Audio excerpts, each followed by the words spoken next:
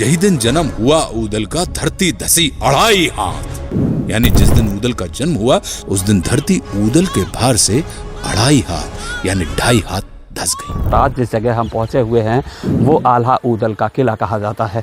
छतरपुर जिले के गौरिहार तहसील अंतर्गत किशनपुर गांव में स्थित है। दशरपुरवा कहलाया करता था क्योंकि आल्हा ऊदल के जो पिता थे, जो राजा परिमाल के सेनापति थे दशराज बशराज, उनका किला ये बताया जाता है।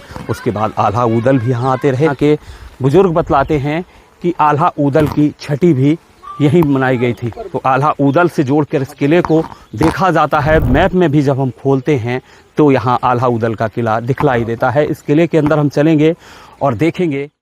छतरपुर जिले के गौरिहार तहसील के किशनपुर गांव में स्थित है। यह किला एक टापू नुमा स्थान पर है जिसके चारों ओर तालाब है जो इसे सुरक्षा की दृष्टि से अभेद बनाते हैं। बुंदेलखंड 24/7 की टीम ने किले और आसपास के क्षेत्रों का मुआयना किया और कई खामियों व खूबियों को उजागर किया। किले में गुप्त मार्ग और विशाल परकोटा इसकी सुरक्षा को मजबूत बनाते हैं। किले से संबंधित कई किंवदंतियां हैं, जैसे आल्हा का जन्म और उनके पिता दशराज का निवास यहाँ होना। दुर्भाग्यवश संरक्षण के अभाव में यह किला जर्जर हो चुका है और दफीना खोजने वालों ने इसे और भी क्षतिग्रस्त कर दिया है। कहा जाता है कि आल्हा ऊदल यहाँ निवास करते थे और शिकार के लिए जंगल जाते थे। किले के पास आल्हम देवी का शक्तिपीठ है जहाँ आल्हा ने साधना की थी। गौरिहार के निवासी ब्रजकिशोर पाठक के अनुसार कई बार पर्यटन विभाग द्वारा किले को संरक्षित करने के प्रयास किए गए, लेकिन पर्यटन की संभावनाएं कम होने के कारण इसे उपयुक्त नहीं माना गया। फिर भी अगर इसे संरक्षित किया जाए तो यह किला बुंदेलखंड के वीर योद्धाओं की धरोहर को जीवंत कर सकता है। तो बुंदेलखंड 24/7 की टीम आ पहुंची है आल्हा ऊदल के इस किले पर, जिसकी भव्यता देखी जा सकती है। छतरपुर जिले के गौरिहार के किशनपुर में स्थित है यह किला। किंवदंतियां हैं, जो लोगों का मानना है, जो बुजुर्ग बतलाते हैं वो यही बतलाते हैं कि आल्हा ऊदल के जो पिता थे वो यहाँ रहा करते थे। उन्हीं का किला था, जो चंदेलों के सेनापति थे। और ये मुख्य द्वार के से हम प्रवेश कर रहे हैं इस किले में और जानेंगे इस किले को लेकर क्या क्या यहाँ के लोगों का कहना है, क्या यहाँ की कहानियां हैं। कहा यह भी जाता है कि जब आल्हा ऊदल इस गांव के पास से आगे गए तो वहां पूजा करने लगे और पूजा जब की तो वहां मां प्रकट हो गई, जो आल्हा मां के नाम से विख्यात हुई और कालखंड में उन्हें आल्हम देवी कहा जाने लगा। हाँ, लगभग हम 50 से 60 फीट की ऊंचाई पे हैं और यहाँ पर भी देखें आपको तालाब ही दिखाई देते हैं। यानी ये पूरा जो किला था वो तालाबों से घिरा था, जो सुरक्षा की दृष्टि से इस किले की विशेषता को और बढ़ाता था। लेकिन आज ये अतिक्रमण का शिकार हो चुके हैं और चारों तरफ से यहाँ जो खूबसूरती थी, जो पानी था, वो अब बारिश में ही दिखाई देता है। ये पीछे दाहिनी ओर का ये पूरा हिस्सा हम आपको दिखलाना चाहेंगे। और ये बड़ी बड़ी चट्टानें जो आप देख रहे हैं तो ये दर्शाती हैं कि ये जो किला है वो एक टापू नुमा पहाड़ी पे था और पहाड़ी काट काट कर ये जहाँ जैसा कंस्ट्रक्शन हुआ वो किया गया है। बड़ी बड़ी चट्टानों के ऊपर भी फिर दीवार ले जाई गई हैं, जो इस किले की विशालता को, भव्यता को और भी बतलाती हैं। यहाँ से एक गुप्त द्वार दिख रहा है, कहेंगे जरा जूम करके यहाँ पास से देखें। ये एक खुफिया रास्ता है जो अंदर की ओर जाता है। यहाँ से पहले एक निर्माण भी था जो अब यहाँ से गिर चुका है।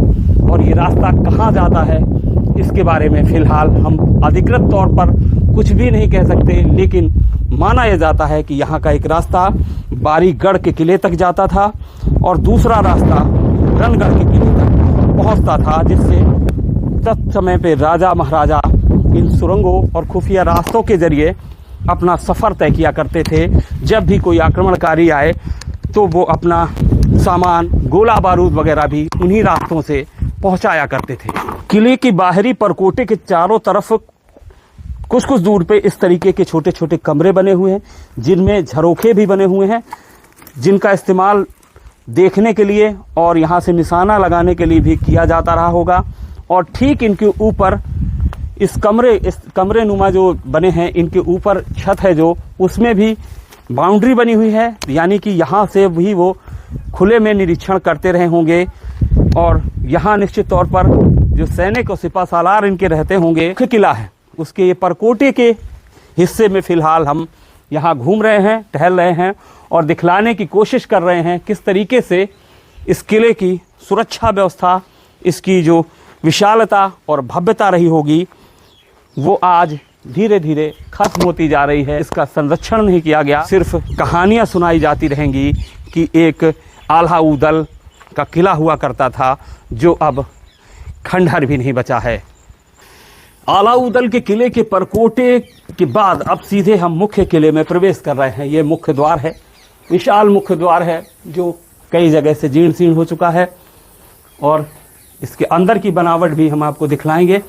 मुख्य द्वार के दाहिनी ओर एक खुफिया रास्ता जाता है नीचे, जहां पर अंधेरा है, जहां की तस्वीरें हम आपको नहीं दिखला सकते, और वहां से नीचे भी एक दरवाज़ा जाता हुआ दिखलाई दे रहा है। यहाँ बड़ी संख्या में चमगादड़ों का कलरव है, यानी बहुत चमगादड़ हैं यहाँ पर। ये विशाल किला जो कभी अपनी भव्यता के लिए जाना जाता था, जिसकी भव्यता के अवशेष आज भी हैं, लेकिन वो धीरे धीरे खंडहर होता होता कालखंड में समा जाएगा। ये जो जगह है वो किले के सबसे ऊपरी हिस्से में हम खड़े हुए हैं। दीवार जर्जर है, इसलिए इसके ऊपर चढ़ने की हिम्मत हमारी भी नहीं है, लेकिन यहाँ से दृश्य देखिए, कितना खुशनुमा दृश्य है। और यहाँ से हम दिखलाना चाहेंगे अपने ड्रोन के माध्यम से चारों तरफ का जो नज़ारा है, पानी किस तरीके से भरा हुआ है, इसके परकोटे कैसे बने हुए हैं, कैसे इस भव्यता को हम तस्वीरों के जरिए आप तक पहुंचाने की पूरी कोशिश कर रहे हैं। जो ये विशाल किला है और इस किले की जो विशेषता है वो इन तस्वीरों में आप सब देख सकते हैं। अधिकांश इसका हिस्सा जर्जर हो चुका है और अधिकांश हिस्सा जर्जर होने वाला है। कहानियां जो हैं वो यही हैं कि आल्हा ऊदल जब यहाँ से आते थे, कुछ लोग ये भी बतलाते हैं कि यहाँ चतुर्मास काटा करते थे और उनके पिता जो थे वो भी इस किले में रहा करते थे। उनकी छठी भी यहाँ मनाई गई थी और पास में ही ठकुर्रा गांव के पास जो यहाँ की अधिष्ठात्री देवी हैं आल्हम देवी, उनकी पूजा आल्हा ऊदल किया करते थे। ये किंवदंतियां हैं यहाँ के लोगों की बताने के अनुसार, और ये किला आल्हा ऊदल का किला बतलाया जाता है। यहाँ पर सुरक्षा की दृष्टि से जो माहौल था उस वजह से यहाँ रुका करते थे आल्हा ऊदल। के अलावा यहाँ शिकार की दृष्टि से भी बड़ा जंगल हुआ करता था, तो शिकार की दृष्टि से, और पास में ही आल्हम देवी का जो मंदिर, वहाँ पूजा यानी आराधना करने भी रुकते थे। लगातार यह किला धराशायी होता जा रहा है। इस किले में हमारे साथ बहुत से लोग आए हुए हैं, कुछ देखने के लिए को आए हुए हैं, कुछ हमारे साथी टीम मेंबर हैं। उन्हीं में से एक राघवेंद्र रिछारिया जी हैं जो स्थानीय पत्रकार हैं। राघवेंद्र जी, क्या कहेंगे इस किले के बारे में, किस तरह की बनावट है यहाँ, क्या कहेंगे? भाई साहब, जब से मेरा जन्म लगभग सन 85 का है, मेरी उम्र लगभग 40 वर्ष की हो गई। मैंने जब से यहाँ आना हुआ, मैंने जब से देखा, मैंने इसको खंडहर की ही स्थिति में देखा है।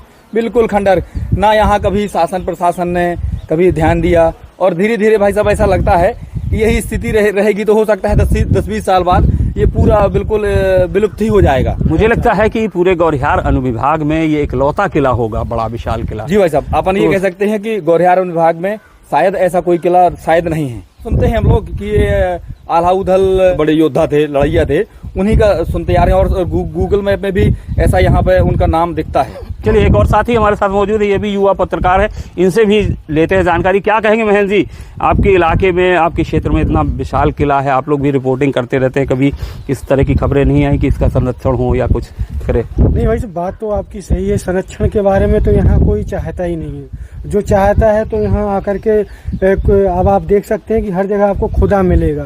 आदमी यहाँ केवल एक धन का लोभी ही आदमी यहाँ आता है, देख रेख वाला तो कोई यहाँ है ही नहीं है। आप देखिए जहाँ तहाँ खुदा पड़ा हुआ है। तो क्या मानना है कि खजाना रहा होगा इसलिए लोग यहाँ दफीना? बिल्कुल खजाने की चाह में ही लोगों ने यहाँ खुदाई की है, और जो दीवारें हैं और जो अच्छी चीजें थी उनको तोड़ करके लोगों ने यहाँ बिल्कुल धराशाही कर दिया है। तो ये एक बड़ी नई बात निकल के आई कि वाकई में जो पुराने किले रहते थे, जो पुरानी गढ़ी रहती थी, पुराने जितने भी निर्माण होते थे राजा महाराजाओं के, उनमें यह जरूर माना जाता था कि इनमें अकूट धन होगा। इस किले के बारे में भी लोगों की यही धारणा रही होगी कि इस किले में अकूट धन है, अकूट संपत्ति है, और इसी वजह से ये अवशेष तमाम जगह खुदे हुए अवशेष ये बतलाते हैं कि यहाँ दफीना खोदने वालों ने भी वो पूरी कोशिश की कि शायद उन्हें धन मिले। मिला नहीं मिला ये तो वही जानते होंगे, लेकिन इस किले की और जीर्ण शीर्ण करने में उनकी भूमिका जरूर हो गई और जीर्ण शीर्ण हो गया किला। कोई देखने वाला नहीं, कोई सुनने वाला नहीं, और ये किला अपनी वीरानी की कहानी खुद ब खुद बयां कर रहा है। हिस्से के टॉप पर हम खड़े हुए हैं और जिस तरीके से पूरा दृश्य दिख रहा है वो बहुत ही मनमोहक, बहुत ही सुंदर दिखता है। हालांकि जो कभी तालाब हुआ करता था वो अब खेतों में तब्दील हो गया है, जो कभी किला हुआ करता था वो खंडहर में तब्दील हो गया है, लेकिन ये खंडहर ये बतलाता है कि इमारत किस कदर बुलंद थी। वैसे भी आल्हा ऊदल जो रहे हैं, कितने वीर रहे हैं, जिनकी कहानियां आज भी आल्हा खंड में गाई जाती है, जिनकी कहानियां एक बहुत बड़े अभिनेता ने गाई है, जो आज पूरा विश्व सराहना कर रहा है आशुतोष राणा के आल्हा ऊदल की कहानी को। लेकिन इतिहासकारों ने उसका वर्णन नहीं किया और यही वो वजह है कि इतिहास में नहीं होने की वजह से इस किले के बारे में भी बहुत ज़्यादा लोग जानते नहीं हैं। इस किले के जो अवशेष हैं वो जरूर बतलाते हैं, जो यहाँ की कहानियां हैं वो जरूर बतलाती हैं कि इस किले का आल्हा ऊदल जो बुंदेलखंड के वीर योद्धा थे, अधेय योद्धा थे, उनसे बहुत ही गहरा संबंध था। तो भैया किले के सबसे टॉप पे हम हैं। यहाँ बहुत डर लग रहा है मुझे। ऊंचाई इसकी लगभग 200 फीट के लगभग होगी और सबसे टॉप पे हैं। जैसे तैसे सीढ़ियों से ऊपर चढ़ाए हैं। गांव का नज़ारा बड़ा ही खूबसूरत यहाँ से दिखलाई पड़ता है और यहाँ हवा भी बहुत तेज चल रही है। बेहद खूबसूरत लग रहा है ये किला। और जिस तरीके से इस किले को दफीना के लालची लोगों ने खुर्द-बुर्द किया है, जिस तरीके से बिना संरक्षण के इस किले की हालत है, वो लगातार अगर ऐसा ही रहा बहुत जल्द ये किला धराशायी होता चला जाएगा, हो रहा है। लेकिन जिस हिस्से पे हम बैठे हुए हैं वहाँ की भी छत पूरी गिर चुकी है। ये कुछ एक हिस्सा है और दूसरी तरफ पूरी गहराई है, 200 फीट से ज़्यादा गहराई है और टॉप पे हम यहाँ बैठे हुए हैं, जहाँ से कैमरा पर्सन यहाँ आ नहीं सकते मेरे, क्योंकि और जगह है नहीं। लेकिन इस जगह से पहुंचकर पूरे किले नहीं बल्कि पूरे इलाके का लगभग 15 से 20 किलोमीटर के एरिया का चारों तरफ से नज़ारा लिया जा सकता है। और जिस समय यहाँ राजा महाराजा रहते रहे होंगे तो ये उनका मुख्य चौकी रहती होगी, मुख्य सुरक्षा का केंद्र रहता होगा, जहाँ से उनके सिपाहसालार, उनके सैनिक पूरी सुरक्षा व्यवस्था की निगरानी करते रहे होंगे। और जहाँ पर छड़ी थी तब हमने वहाँ पर हौदियाँ देखी। ये तमाम ऐसी जगह हैं जिन्हें कहा जा सकता है कि जो खोदे गए हैं, ये दफीना के चक्कर में खुदाई हुई है।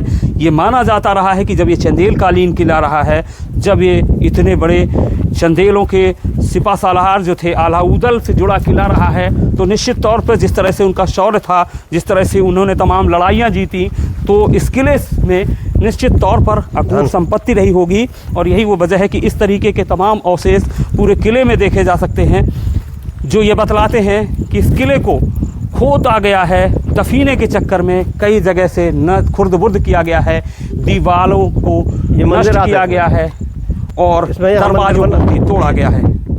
इसमें मंदिर बना था, यहाँ पे महाराज पूजा करते रहे। ये किला है और किले के ठीक दूसरी ओर एक कुआं है। हालांकि वो बहुत छोटा कुआं है, लेकिन उसके बारे में क्या मान्यता है, क्या माना जाता है, किस तरीके दरवाजे हो, पाठक जी आके जरा हमें दिखलाएंगे वो जगह जहाँ से कुएं के जो अंदर जो द्वार बने हुए हैं, जहाँ स्नानागार बना हुआ था, यहाँ की रानी का या अन्य जो राजमहल में महिला सदस्य रहती थी उनका, वो ये रास्ता है। वो ये रास्ता है, यहाँ से लोग जाते थे और जा करके अब स्नान करते थे। कुछ नीचे तक अपन चल सकते हैं इसमें, बिल्कुल चल सकते हैं, लेकिन आगे चमगादड़ इतनी है कि यहाँ जाना खतरनाक होगा।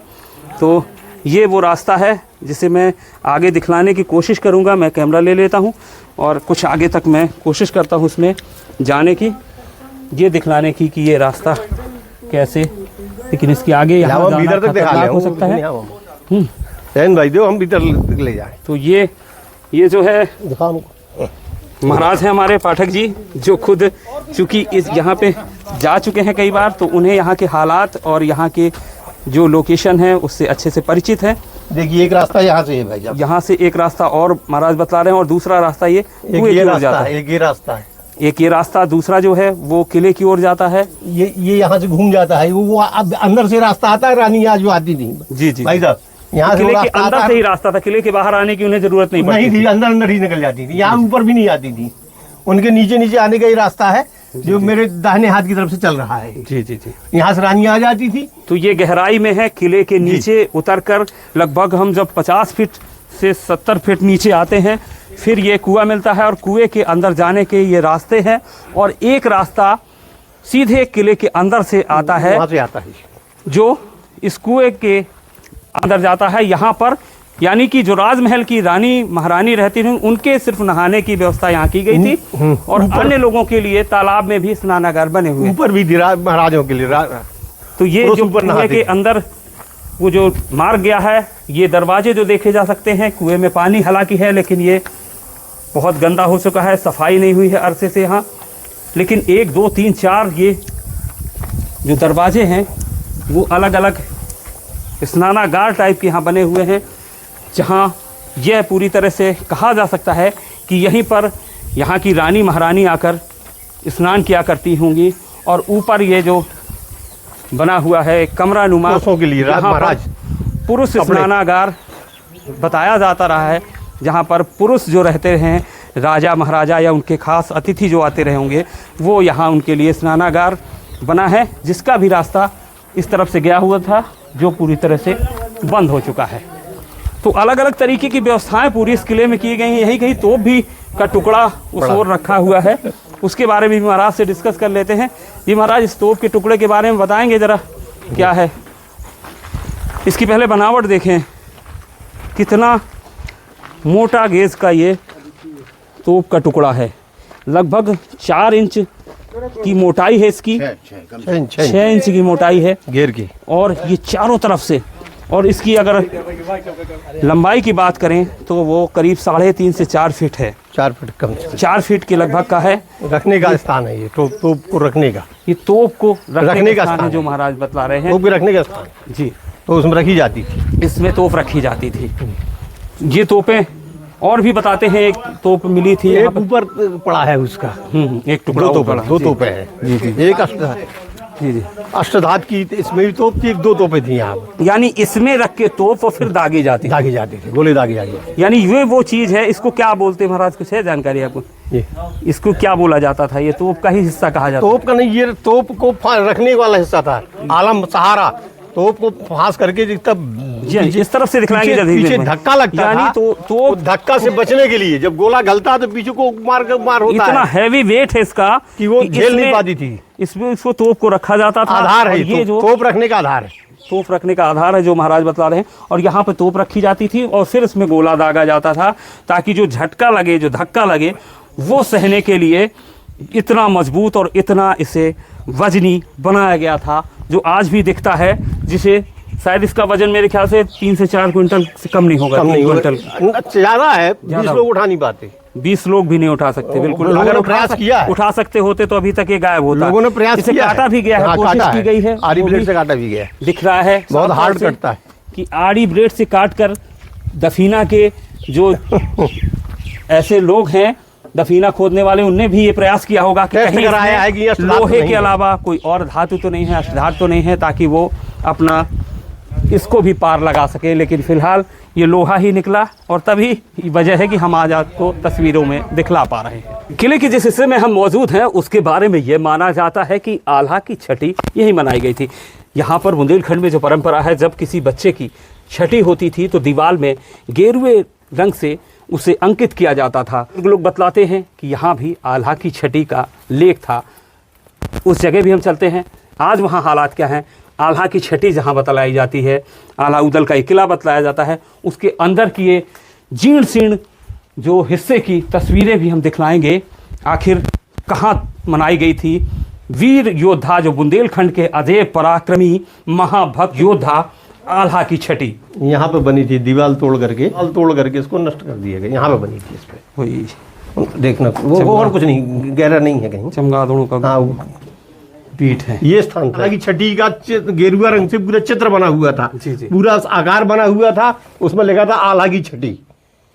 और इसको जो है लोगों ने तोड़ करके नष्ट कर दिया है। यानी दफीना के खोदने वालों ने ये सोचा कि अगर आल्हा की छटी है, इतने बड़े योद्धा की छटी है, तो हो सकता है इसके पीछे भी संपत्ति हो, धन हो, तो उसे पूरी तरह से नष्ट कर दिया, खोद दिया, जिसके अवशेष नीचे आप आज देखे जा सकते पूरा ये पैक था, ये कुछ नहीं। इतनी विशाल दीवार थी, ये लगभग 3 से 4 फीट चौड़ी दीवार है, जिसे तोड़ करके जहां पर अंकित थी आला की छटी, वो उसे नष्ट कर दिया गया। ये सबसे ऊपरी हिस्से में ऊपर की बनावट देखे किस तरह विशाल ये बना हुआ है, गोलाकार है पूरी तरीके से, और ये वो स्थान है जहां माना जाता था कि यहीं पर वीर पराक्रमी योद्धा आल्हा की छटी मनाई गई थी। लेकिन दफीना खोदने वालों ने इस अवशेष को भी खंडहर में तब्दील कर दिया, और आज यहाँ के जो अवशेष हैं वो सिर्फ मिट्टी, पत्थर और ईंटों में तब्दील दिखलाई देते हैं।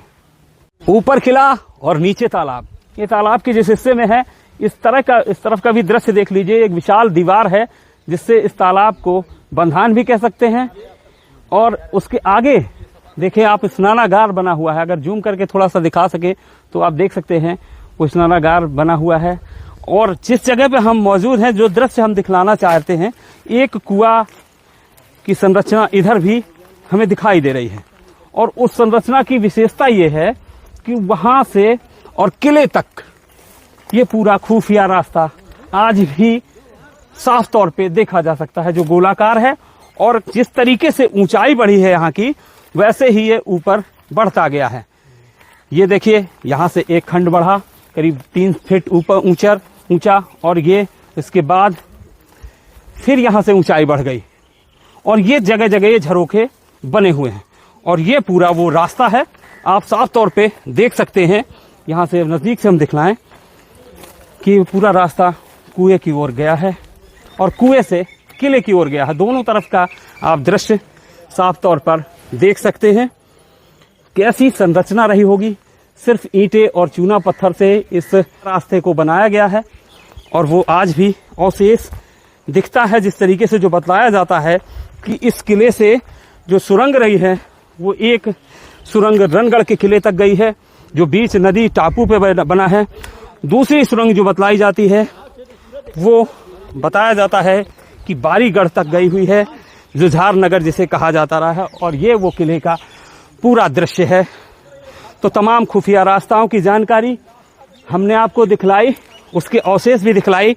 ये अवशेष ये बतलाते हैं कि आज भी यहाँ से खुफिया रास्ता अलग अलग जगह भी है, भले ही अब वो कई जगह जीर्ण शीर्ण होने के वजह से मार्ग अवरुद्ध हो चुका हो, और अब वहां जाना खतरे से खाली ना हो।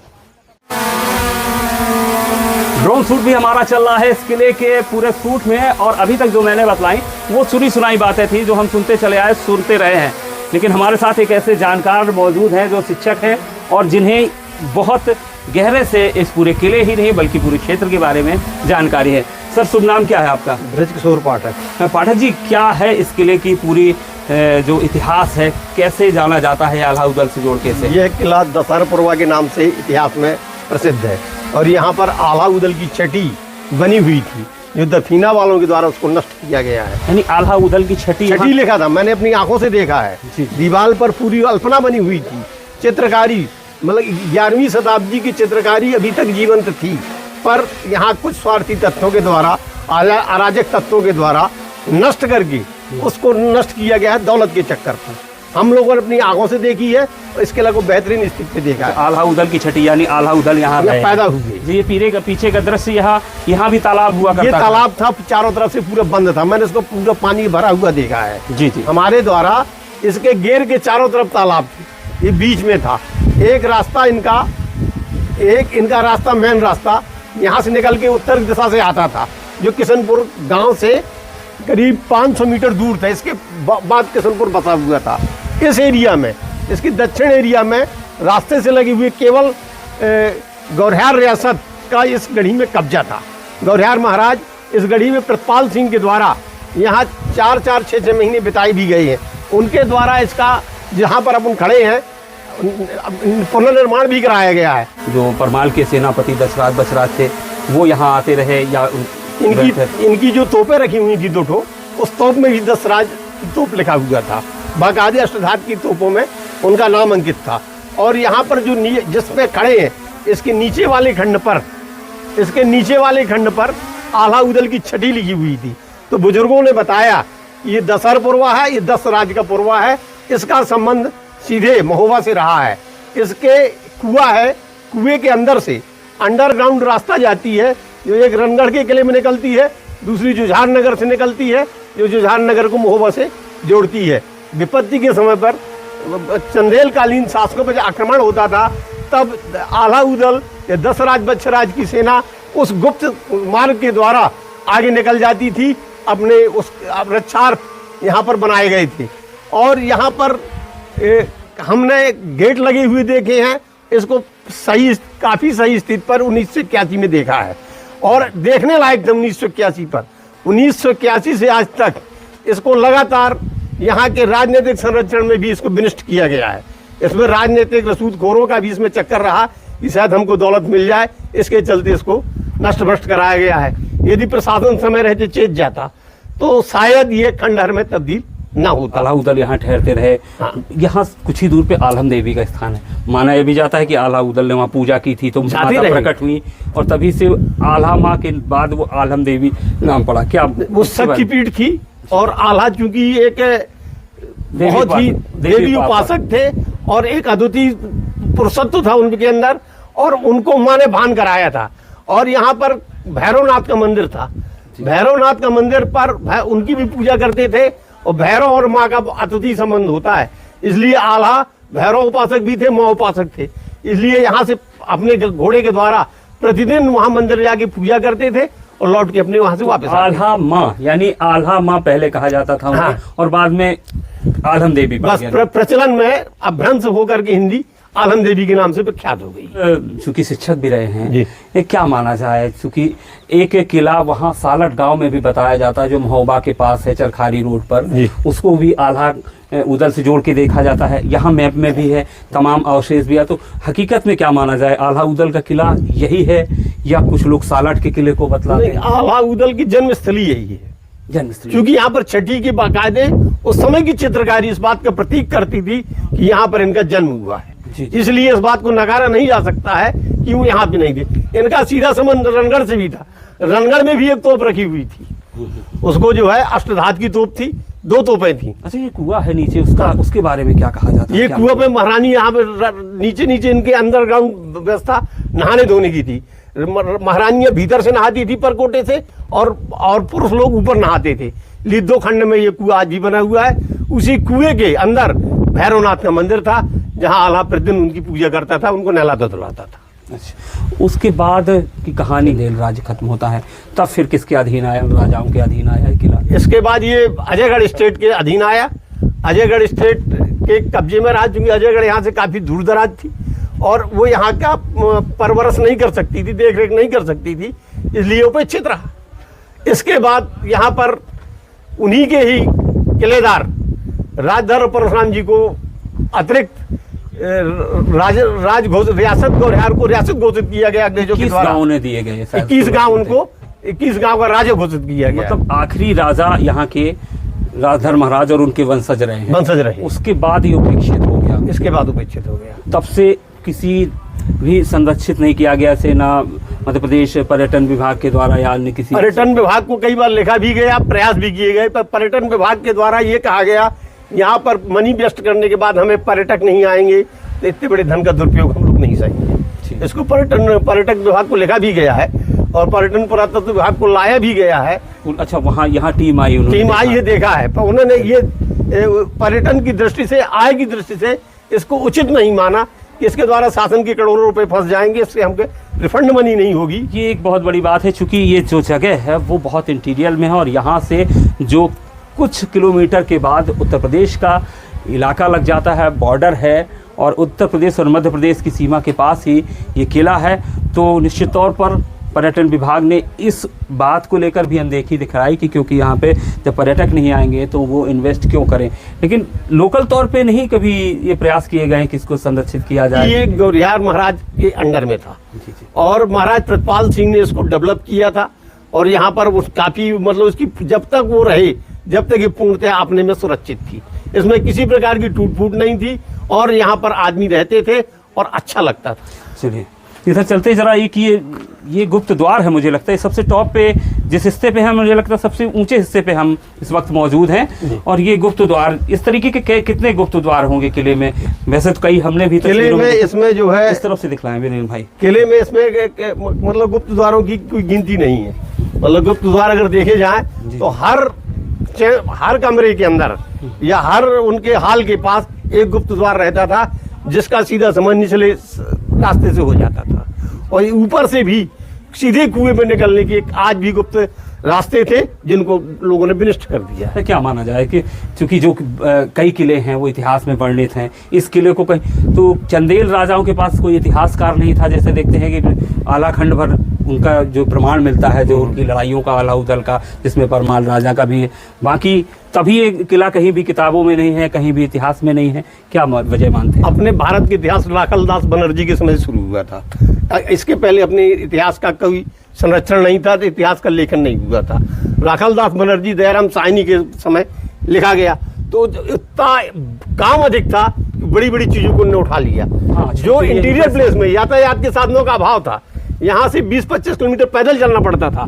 केवल गर्मियों भर की रास्ते यहाँ सुगम रहते थे, वो भी धूल दूसरे धोते थे।